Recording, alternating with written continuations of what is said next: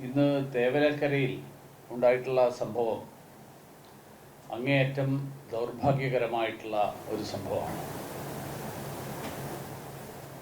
കുറ്റകരമായിട്ടുള്ള അനാസ്ഥയാണ് ഈ സംഭവത്തിന് കാരണമായിട്ടുള്ളത്. ഇതിൽ ഏറ്റവും അല്ലെങ്കിൽ ഒന്നാം പ്രതി എന്ന് പറയാവുന്നത് കേരള സ്റ്റേറ്റ് ഇലക്ട്രിസിറ്റി ബോർഡാണ്.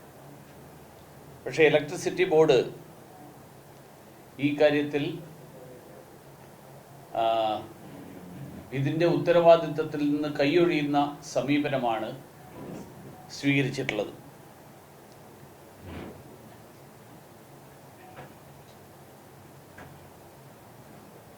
ഏതാണ്ട് ഒന്നൊന്നര മാസം മുമ്പാണ് നിലമ്പൂരിൽ പന്നിക്കണിയിൽ ഒരു വിദ്യാർത്ഥിക്ക് ജീവൻ നഷ്ടപ്പെട്ടു. അപ്പോൾ അന്നും KSEB ആ ഉത്തരവാദിത്വത്തിൽ നിന്ന് ഒഴിഞ്ഞു മാറുകയാണ് ചെയ്തത്. ഇപ്പം ജനങ്ങളുടെ ജീവൻ അപകടകരമായി ആകുന്ന തരത്തിലുള്ള സാഹചര്യങ്ങൾ സൃഷ്ടിക്കുകയും അത് നിയന്ത്രിക്കാൻ ഒരു നടപടി കൈക്കൊള്ളാതിരിക്കുകയും ചെയ്തതിന് ശേഷവും ഇലക്ട്രിസിറ്റി ബോർഡ് അതിൽ നിന്ന് ഒഴിഞ്ഞു മാറുന്ന സമീപനം അത് ആവർത്തിക്കുന്നു എന്നാണ് ഈ സംഭവത്തിലൂടെ ഒരിക്കൽ കൂടി വ്യക്തമാകുന്നത്. ഒരു വിദ്യാലയത്തിൽ ഒരു ഹൈ പവർ ലൈൻ സ്കൂളിൻ്റെ മുകളിൽ അങ്ങനെ ഒരു ലൈൻ കടന്നു പോകുന്നത് എങ്ങനെ KSEB അനുവദിച്ചു എന്നുള്ള ചോദ്യത്തിന് ഇപ്പോഴും ഉത്തരം വന്നിട്ടില്ല. ഒരു വിദ്യാലയത്തിൻ്റെ മുകളിലൂടെ അത്തരത്തിലുള്ള ലൈൻ ഉണ്ടെങ്കിൽ അതിലെ പവർ കട്ട് ചെയ്യാൻ ഉള്ള ആ സംവിധാനം KSEB എടുക്കേണ്ടതായിരുന്നു. ഈ സ്കൂളിൻ്റെ മാനേജർ CPMൻ്റെ ലോക്കൽ സെക്രട്ടറി ആണെന്നാണ് ഞാൻ മനസ്സിലാക്കിയിട്ടുള്ളത്. അദ്ദേഹത്തിന് ഈ കാര്യങ്ങളെക്കുറിച്ച് ഒരറിവും ഇല്ലായിരുന്നു. ഇത്തരത്തിലുള്ള കാര്യങ്ങളെക്കുറിച്ച് പാലിക്കേണ്ട ജാഗ്രതയും അവധാനതയും അത് എന്തുകൊണ്ട് അദ്ദേഹത്തിൻ്റെ ഭാഗത്ത് നിന്നുണ്ടായില്ല? വളരെ പാവപ്പെട്ട കുട്ടികൾ പഠിക്കുന്ന ഒരു വിദ്യാലയത്തിലാണ് ഇത് സംഭവിച്ചിട്ടുള്ളത്. അപ്പോൾ പാവപ്പെട്ടവരായിട്ടുള്ള ആൾക്കാർ പഠിക്കുന്ന സ്ഥലത്താവുമ്പോൾ എന്ത് സംഭവിച്ചു കഴിഞ്ഞാലും ചോദ്യം ചെയ്യാൻ ആരും ഉണ്ടാകില്ല എന്നുള്ള ഒരു ധാരണയുടെ അടിസ്ഥാനത്തിലാണോ ഇങ്ങനെയൊരു സമീപനം സ്കൂൾ അധികൃതർ സ്വീകരിച്ചത് എന്ന ചോദ്യമാണ് ഇതിൽ ഉയർന്നു വരുന്നത്. മന്ത്രി ശിവൻകുട്ടി ഇതിൻ്റെ ഒരു ഉത്തരവാദിത്വവും അദ്ദേഹത്തിന് ഇല്ല എന്നുള്ള സമീപനമാണ് അദ്ദേഹം എടുത്തിട്ടുള്ളത്. അദ്ദേഹം അധ്യാപകരെയും വിദ്യാലയ അധികൃതരെയും ഒക്കെ പഠിച്ചുകൊണ്ട് അദ്ദേഹം പൊതുവിദ്യാഭ്യാസത്തിൻ്റെ നിലവാരം മെച്ചപ്പെടുത്താൻ കേരളത്തിലെ സർക്കാർ സ്കൂളുകൾ, കേരളത്തിലെ എയ്ഡഡ് മേഖലയിലുള്ള സ്കൂളുകൾ, ഈ സ്കൂളുകൾ കേരളത്തിലെ സാധാരണക്കാരായിട്ടുള്ള വിദ്യാർത്ഥികൾ ആശ്രയിക്കുന്ന സ്കൂളുകളാണ്. ആ സ്കൂളുകളിൽ സുരക്ഷിതമായിട്ട് പോയി പഠിക്കാൻ അതിനുതകുന്ന സാഹചര്യം സൃഷ്ടിക്കാനുള്ള ഉത്തരവാദിത്വം പൊതുവിദ്യാഭ്യാസ വകുപ്പിൻ്റെയാണ്. അതിനാവശ്യമായിട്ടുള്ള നടപടികൾ സ്വീകരിക്കുന്നു എന്ന് ഉറപ്പുവരുത്താൻ വിദ്യാഭ്യാസ മന്ത്രി എന്ത് പരിശ്രമമാണ് ഈ കഴിഞ്ഞ കാലങ്ങളിൽ നടത്തിയിട്ടുള്ളത്? 9 വർഷമായിട്ടുള്ള ഒരു ഷെഡ്, അങ്ങനെ ഒരു ഷെഡാണ്. ആ ഷെഡുമായിട്ട് ബന്ധപ്പെട്ടിട്ടാണ് ഈ പ്രശ്നങ്ങൾ മുഴുവൻ ഉണ്ടായിട്ടുള്ളത്. എന്തുകൊണ്ട് 9 വർഷമായിട്ടുള്ള ഇത്തരത്തിലുള്ളൊരു ഷെഡ്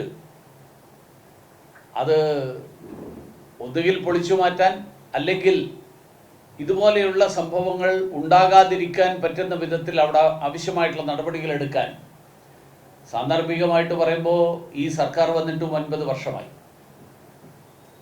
ഇപ്പം മാനേജർക്കെതിരായിട്ട് നരഹത്യാ കുറ്റത്തിന് കേസെടുക്കേണ്ട ഒരു സംഭവമാണ് നടന്നിട്ടുള്ളത്. കേരളത്തിലെ പൊതുവിദ്യാഭ്യാസ മേഖല, ആ പൊതുവിദ്യാഭ്യാസ മേഖലയിൽ സാധാരണക്കാർക്ക് സുരക്ഷിതമായിട്ട് പഠിക്കാൻ കഴിയുന്ന തരത്തിലുള്ള സാഹചര്യം സൃഷ്ടിക്കാനുള്ള ഉത്തരവാദിത്വം കുറെ കൂടി ജാഗ്രതയോടുകൂടി സംസ്ഥാന വിദ്യാഭ്യാസ വകുപ്പ് കൈക്കൊള്ളേണ്ടതുണ്ട്. അതോടൊപ്പം ഈ സംഭവത്തിന് ഉത്തരവാദിയായിട്ടുള്ള മാനേജർക്കെതിരായിട്ട് നരഹത്യാ കുറ്റത്തിന് കേസെടുക്കണം എന്നുള്ളതാണ് എനിക്ക് ആവശ്യപ്പെടാൻ.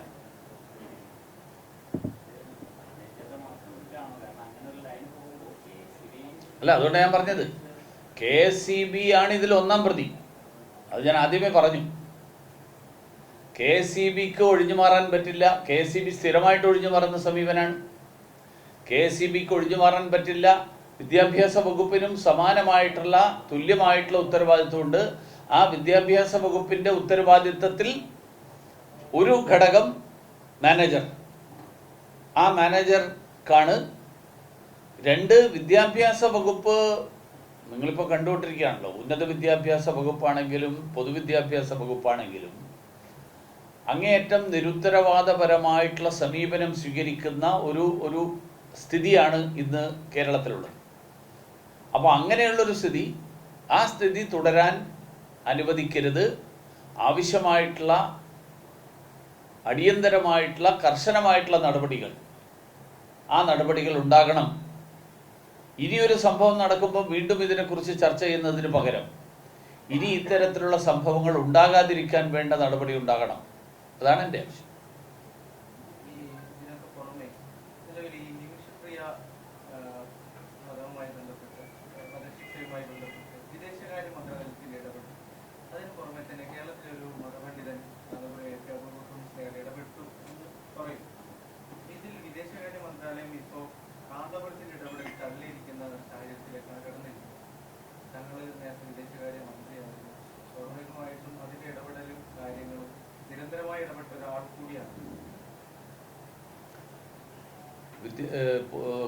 വിദേശകാര്യ വകുപ്പ് സഹമന്ത്രി എന്നുള്ള നിലയിൽ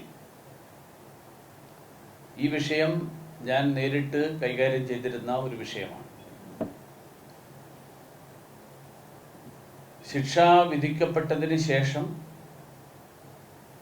ആ ശിക്ഷയിൽ നിന്ന് അവർക്ക് ഇളവ് ലഭിക്കാനും അതിനു വേണ്ടിയിട്ട് അവർക്ക് മാപ്പ് ലഭിക്കാനുമൊക്കെയുള്ള നടപടികൾ, ആ നടപടികൾ അന്ന് നേരിട്ട് അതിൻ്റെ മേൽനോട്ടം ഞാനാണ് വഹിച്ചിരുന്നത്. വളരെ സങ്കീർണമായിട്ടുള്ളൊരു സാഹചര്യമാണ് യമനിലുള്ളത്. നിങ്ങൾക്ക് എല്ലാവർക്കും അറിയാം, യമൻ വലിയൊരു ആഭ്യന്തര യുദ്ധം നടന്നുകൊണ്ടിരിക്കുന്ന ഒരു രാജ്യമാണ്. അതുകൊണ്ട് തന്നെ അവിടുത്തെ സർക്കാരിൻ്റെ നിയന്ത്രണം വലിയ തോതിൽ ഇല്ലാത്ത ഒരു പ്രദേശം, അങ്ങനെയുള്ളൊരു പ്രദേശത്ത് നടന്നിട്ടുള്ള ഒരു കാര്യം എന്നുള്ള നിലയിൽ ഇന്ത്യ നയതന്ത്രപരമായിട്ടുള്ള ഇടപെടലുകളുടെ പരിമിതികൾ മനസ്സിലാക്കിക്കൊണ്ട്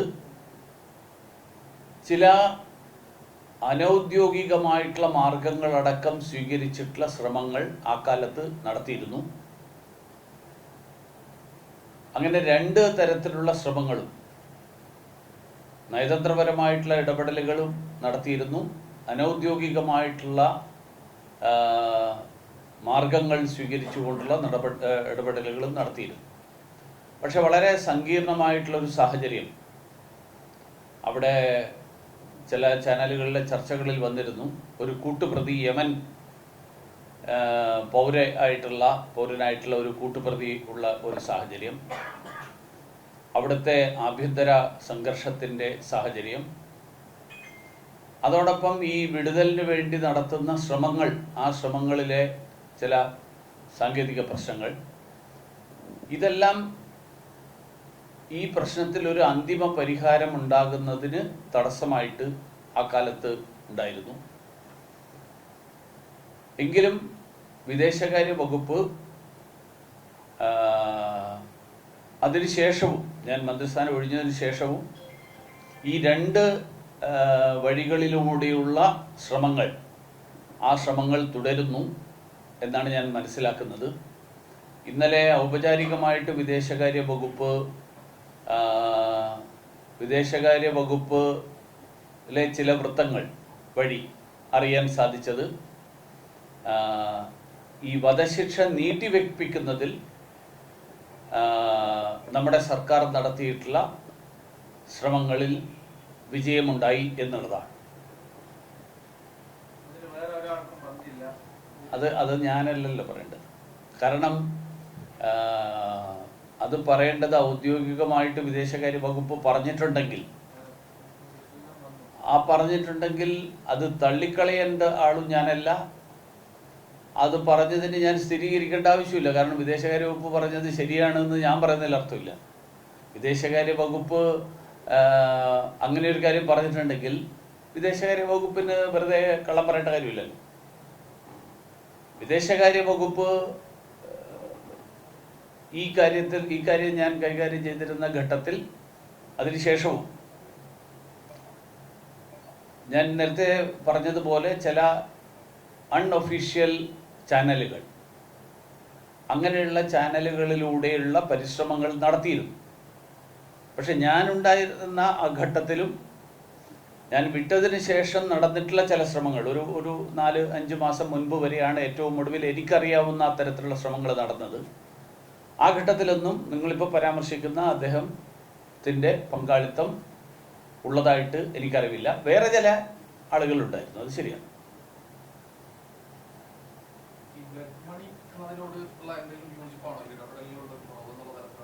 അല്ലല്ല, ഇടപെടലിന്റെ കുറവ് കൊണ്ടല്ല. ഇടപെടലിന്റെ കുറവ് കൊണ്ട്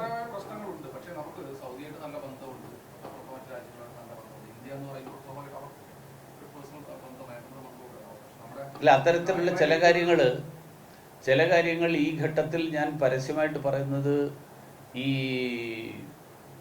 നമ്മൾ ആഗ്രഹിക്കുന്ന, പൊതുവായിട്ട് നമ്മൾ ഇന്ത്യക്കാരെല്ലാവരും ആഗ്രഹിക്കുന്ന ഒരു ഇന്ത്യക്കാരന്, അതായത് ഈ സംഭവത്തിൽ ഈ വധശിക്ഷയ്ക്ക് വിധേയമായിട്ടുള്ള ആള് കുറ്റം ചെയ്തിട്ടുണ്ടോ ഇല്ലയോ എന്നുള്ളതിനപ്പുറത്ത് ഗവൺമെന്റ്, കേന്ദ്ര സർക്കാരിൻ്റെ നയം എപ്പോഴും ഇന്ത്യക്കാരനായിട്ടുള്ള ആൾക്ക് ഇന്ത്യക്ക് പുറത്ത് വെച്ച് മറ്റൊരു രാജ്യത്തിൻ്റെ നിയമത്തിൻ്റെ അടിസ്ഥാനത്തിൽ ഒരു തരത്തിലുള്ള ഹാനിയും ഉണ്ടാകരുത് എന്നുള്ള സമീപനമാണ് ഇന്ത്യ എപ്പോഴും എടുക്കുന്നത്.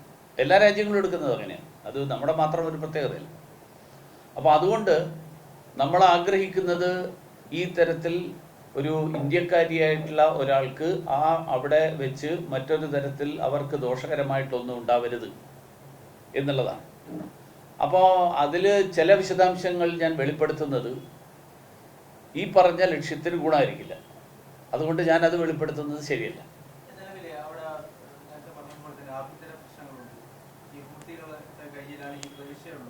സ്വാഭാവികമായിട്ടും ഈ മതകാര്യ മേലധ്യക്ഷന്മാരുടെ മുഖാന്തരമുള്ള ഒരു ഇടപെടൽ നേരത്തെ ഉണ്ടായിട്ടുണ്ട്, അനൗദ്യോഗികമായി ഉണ്ടായിട്ടുണ്ട് എന്ന് നമ്മൾ പറയുകയും ചെയ്തു. സ്വാഭാവികമായിട്ട് ഇപ്പോഴും അത് തുടരുന്നതിനോട് യോജിപ്പല്ലേ? അല്ല, ഞാൻ നേരത്തെ പറഞ്ഞതിൽ മതത്തിന്റെ ഇടപെടൽ ഉണ്ടായിട്ടില്ല. ഞാൻ പറഞ്ഞത് അതാണ്. നേരത്തെ ഉണ്ടായിട്ടുള്ള ഇടപെടൽ മതപരമായിട്ടുള്ള ഇടപെടലല്ല ഉണ്ടായിട്ടുള്ളത്. അതല്ലാത്തുള്ള അനൗദ്യോഗികമായിട്ടുള്ള ചാനലുകൾ വഴിയുള്ള ഇടപെടൽ ഉണ്ടായിട്ടുണ്ട്. അവിടുത്തെ ഗോത്രവർഗ തലവന്മാരുമായിട്ട് ബന്ധപ്പെട്ടുകൊണ്ട് ആണ് ആ ഇടപെടൽ നടന്നിട്ടുള്ളത്. പക്ഷെ അത് ചില സാങ്കേതിക പ്രശ്നങ്ങളാൽ അവിടെ തടസ്സപ്പെട്ടു. അത് പുനരുജ്ജീവിപ്പിക്കാൻ കേന്ദ്ര സർക്കാർ ശ്രമം നടത്തിയതിനെ കുറിച്ചും എനിക്കറിയാം. ഒരു 4-5 മാസം മുമ്പാണ് ഏറ്റവും ഒടുവിൽ എനിക്കറിയാവുന്ന ശ്രമം സജീവമായിട്ട് നടന്നത്. ഒരു 3-4 മാസമായി കാണും കക്ഷിച്ച്. പക്ഷെ അതിന് ശേഷമുള്ള ഈ ഏറ്റവും ഒടുവിലത്തെ സംഭവങ്ങളെക്കുറിച്ച് എനിക്ക് നേരിട്ടറിവില്ല. വിദേശകാര്യ വകുപ്പ് എന്താണോ പറയുന്നത്, അല്ല, അതായത് വിദേശകാര്യ വകുപ്പ് ഒരു കാര്യവും നമ്മുടെ നാട്ടിലെ ആഭ്യന്തര സാഹചര്യങ്ങളുടെ അടിസ്ഥാനത്തിൽ അഭിപ്രായം അല്ലെങ്കിൽ നിലപാട് എടുക്കുന്ന ഒരു വകുപ്പല്ല. വിദേശകാര്യ വകുപ്പ് അന്താരാഷ്ട്ര തലത്തിലുള്ള സാഹചര്യങ്ങളുടെ അടിസ്ഥാനത്തിലാണ് ഒരു നിലപാടുകൾ എടുക്കേണ്ടി വരുമ്പോൾ എടുക്കുന്നത്. ഇപ്പം ഇവിടെ ഒരാൾ ഇടപെട്ടില്ല എന്ന് വിദേശകാര്യ വകുപ്പ് പറയുന്നുണ്ടെങ്കിൽ അതൊരു വസ്തുത എന്നുള്ള അർത്ഥത്തിലേ ഉള്ളൂ. അതിനപ്പുറത്ത് വേറെ മറ്റ് രാഷ്ട്രീയ സാഹചര്യങ്ങളോ സാമുദായിക സാഹചര്യങ്ങളോ മതപരമായിട്ടുള്ള സാഹചര്യങ്ങളോ ആയിട്ട് അതിനൊരു ബന്ധമില്ല.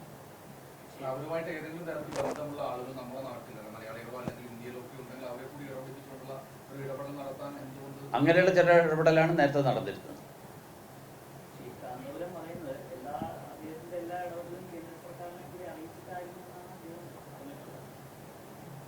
അതിന് ഞാൻ മറുപടി പറയാൻ പറ്റില്ല. കാരണം അദ്ദേഹം അങ്ങനെ പറയുകയും വിദേശകാര്യ വകുപ്പ് അങ്ങനെ ഇല്ല എന്ന് പറയുകയും ചെയ്യുമ്പോൾ ഞാനൊരു ഇന്ത്യൻ പൗരൻ എന്നുള്ള നിലയിൽ വിദേശകാര്യ വകുപ്പ് പറയുന്നത് വിശ്വസിക്കുക എന്നുള്ളതാണ് എൻ്റെ സമീപനം. കാരണം വിദേശകാര്യ വകുപ്പിന് മറ്റൊരു അവകാശവാദം നടത്തേണ്ട ആവശ്യമില്ല. കാരണം ആത്യന്തികമായിട്ട് വിദേശകാര്യ വകുപ്പിൻ്റെ ലക്ഷ്യം ഇന്ത്യക്കാരിയായിട്ടുള്ള ഒരാൾക്കും മറ്റൊരു രാജ്യത്തെ നിയമത്തിൻ്റെ ആ നിയമം അനുസരിച്ചിട്ടുള്ള നടപടികളുടെ ഫലമായിട്ട് ഹാനി ഉണ്ടാവരുത്. ഇതാണ് ഇന്ത്യ ഗവൺമെൻറ് മാത്രമല്ല എല്ലാ ഗവൺമെൻറ്റുകളും എടുക്കുന്നത്. എങ്ങനെ അല്ല അതിന് അനുകൂലമായിട്ടുള്ള നീക്കങ്ങളാണ് ഞങ്ങൾ നേരത്തെ നടത്തിയത്. അതിന് വേണ്ടിയിട്ട് അതുകൊണ്ടാണ് ഞാൻ പറഞ്ഞത് ഇല്ല അത് പാടില്ല എന്നാ. ഇല്ല. അതായത് വിദേശകാര്യ വകുപ്പിനെ സംബന്ധിച്ചിടത്തോളം വിദേശകാര്യ വകുപ്പിന് നേരിട്ട് പണം നൽകാൻ പരിമിതികളുണ്ടായി. അതുകൊണ്ടാണ് ഞാൻ പറഞ്ഞത് അനൗദ്യോഗിക ചാനലുകൾ വഴിയുള്ള ശ്രമങ്ങൾ നേരത്തെ നടന്നിട്ടുണ്ട് എന്ന് ഞാൻ പറയാൻ കാരണം അതൊരു ഘട്ടത്തിൽ ക്ലോസ് ആയി. അപ്പൊ അത് മറ്റു ചില സങ്കീർണതകൾ അങ്ങനെ ഞാൻ പറയില്ല.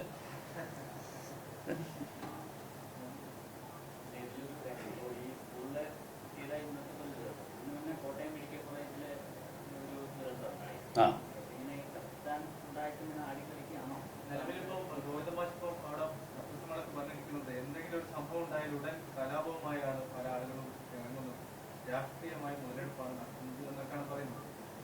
അല്ല ഒരു സർക്കാരിന് ആ നാട്ടിലെ കാര്യങ്ങൾ കൃത്യമായിട്ട് നടക്കുന്നുവെന്ന് ഉറപ്പുവരുത്താനുള്ള ഉത്തരവാദിത്വമുണ്ട്. അപകടങ്ങൾ ഉണ്ടാകാം. ഉദാഹരണത്തിന് ഒരു റോഡ് ആക്സിഡന്റ് നടക്കുന്നു, നമുക്ക് ഒന്നും തൽക്കാലം പറയാൻ പറ്റില്ല, അത് സർക്കാർ കാരണമാണ്. പക്ഷേ ഒരു സ്കൂളിൻ്റെ മുകളിലൂടെ ഇങ്ങനെയുള്ള ഒരു പവർ ലൈൻ ഉണ്ടാവുക, 9 വർഷമായിട്ട് ഇങ്ങനെയൊരു ഷെഡ് അവിടെ ഉണ്ടാവുക, ഇത് ജാഗ്രതയില്ലായ്മ കൊണ്ടാണ്. അനാസ്ഥ എന്നുള്ളതാണ് അതിൻ്റെ വാക്കിൻ്റെ അതിന് പറയാവുന്ന വാക്ക്, അതാണ് അനാസ്ഥയാണ്. ഈ അനാസ്ഥ എന്തുകൊണ്ടുണ്ടാകുന്നു? അനാസ്ഥ ഉണ്ടാകുന്നത് സർക്കാരിൻ്റെ ഭരണം കാര്യക്ഷമമല്ലാത്തതുകൊണ്ടാണ്. താഴെത്തട്ടിലുള്ള ഉദ്യോഗസ്ഥന്മാർ തെറ്റ് ചെയ്തു കഴിഞ്ഞാൽ ആ തെറ്റ് കണ്ടുപിടിക്കപ്പെടും, ആ തെറ്റിന് ശിക്ഷയുണ്ടാകും എന്നുള്ള ഭയമില്ലാതാകുമ്പോൾ താഴെ സംവിധാനങ്ങൾ വളരെ ലാഘവ ബുദ്ധിയോടുകൂടി കാണുന്ന ഒരു സമീപനം വരും. അപ്പോൾ അത് പല കാരണങ്ങളാലുണ്ടാവും. ഒന്ന്, മുകളിലിരിക്കുന്ന ആൾക്കാർ ഇനി എത്ര കാലം ഉണ്ടാവുമെന്ന് ഉറപ്പില്ലാത്തത് കൊണ്ടുണ്ടാവും. ഇത് സർക്കാരുകളുടെ അവസാന കാലഘട്ടത്തിൽ സർക്കാരുകളുടെ സ്ഥിരതയെ സംബന്ധിച്ചിട്ടുള്ള സംശയങ്ങൾ ഉണ്ടാകുമ്പോഴും ഉദ്യോഗസ്ഥന്മാരിൽ ഉണ്ടാകുന്ന ഒരു സ്വാഭാവിക പ്രതികരണവും ആവാം. ഇനി എന്ത് നടക്കാനാ എന്നൊക്കെയുള്ള സമീപനം. അപ്പോൾ എന്താണെന്നുള്ളത് എനിക്കറിയില്ല. പക്ഷേ ഒരു സർക്കാർ ഭരണത്തിലിരിക്കുന്നിടത്തോളം കാലം സർക്കാരിന് പൂർണ്ണ അധികാരമുണ്ട്. നാളെ ഇറങ്ങിപ്പോകുന്ന സർക്കാരിനും ഇന്ന് വൈകുന്നേരം വരെ അധികാരമുണ്ട്. അപ്പോൾ ആ അധികാരം അവർ ഉപയോഗിക്കാത്തത് കൊണ്ട്, അല്ലെങ്കിൽ ഇപ്പോൾ ഞാനിപ്പോൾ പറഞ്ഞ ഈ CPM ലോക്കൽ സെക്രട്ടറിയാണ് മാനേജർ എന്നുള്ളത് കൊണ്ട് ഇനി ഒന്നും വരാനില്ല, എനിക്കെല്ലാം മാനേജ് ചെയ്യാൻ കഴിയും എന്നുള്ള അയാളുടെ ധാരണ കൊണ്ടാണോ സംഭവിച്ചതെന്നും എനിക്കറിയില്ല. ഇതൊക്കെ സംഭവിക്കാമല്ലോ.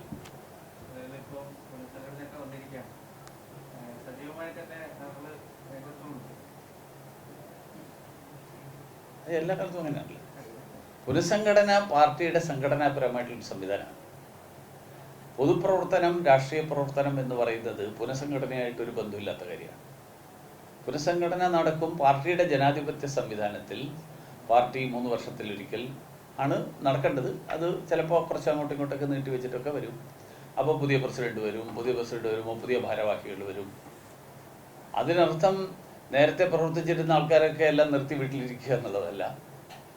എത്രയോ കാലമായിട്ട് നമ്മൾ പൊതുപ്രവർത്തനവും ജനങ്ങളുടെ ഇടയിലുള്ള പ്രവർത്തനവും നടത്തിക്കൊണ്ടിരിക്കുന്ന ഒരാളാണ്. ആ പ്രവർത്തനം തുടരും.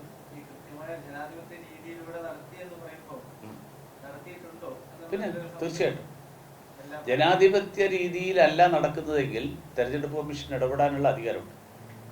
BJP മാത്രമാണ് ജനാധിപത്യ രീതിയിൽ തെരഞ്ഞെടുപ്പ് നടത്തി ഭാരവാഹികളെ കണ്ടെത്തുന്ന പാർട്ടി. അല്ലല്ല, അങ്ങനെയല്ല.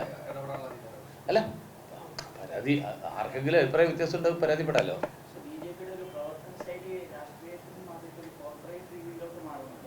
അങ്ങനെയൊന്നുമില്ല, അതൊക്കെ നിങ്ങൾ എഴുതുന്നതല്ലേ.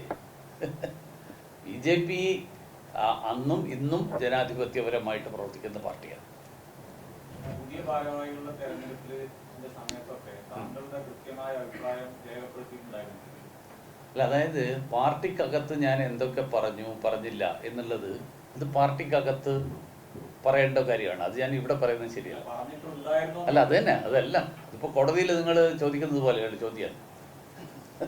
അപ്പം അതുപോലെ പാർട്ടിക്കകത്ത് ചില കാര്യങ്ങൾ പാർട്ടിക്കകത്ത് പറയേണ്ടതാണ്. അത് പാർട്ടിക്കകത്ത് ഞാൻ പറയേണ്ട സന്ദർഭങ്ങളിൽ പറയാറുണ്ട്. പിന്നെ ഒരു പ്രസിഡന്റ്, BJPയുടെ ഭരണഘടന അനുസരിച്ച് പ്രസിഡന്റാണ് ഭാരവാഹികളെ തീരുമാനിക്കുന്നത്. അതുകൊണ്ട് എല്ലാ പ്രസിഡന്റുമാർക്കും ഭാരവാഹികളെ തീരുമാനിക്കുന്നത്, ഇവിടെ ഒരു പ്രസിഡന്റ് ഇരിക്കുകയാണ്, അദ്ദേഹത്തിന്റെ ഭാരവാഹികളെ തീരുമാനിക്കാനുള്ള അധികാരമുണ്ട്. അതേപോലെ സംസ്ഥാന പ്രസിഡന്റിനുണ്ട്, അഖിലേന്ത്യാ പ്രസിഡന്റിനുണ്ട്. അത് എല്ലാ കാലത്തും എല്ലാ പ്രസിഡന്റുമാരും ചെയ്തിട്ടുണ്ടോ?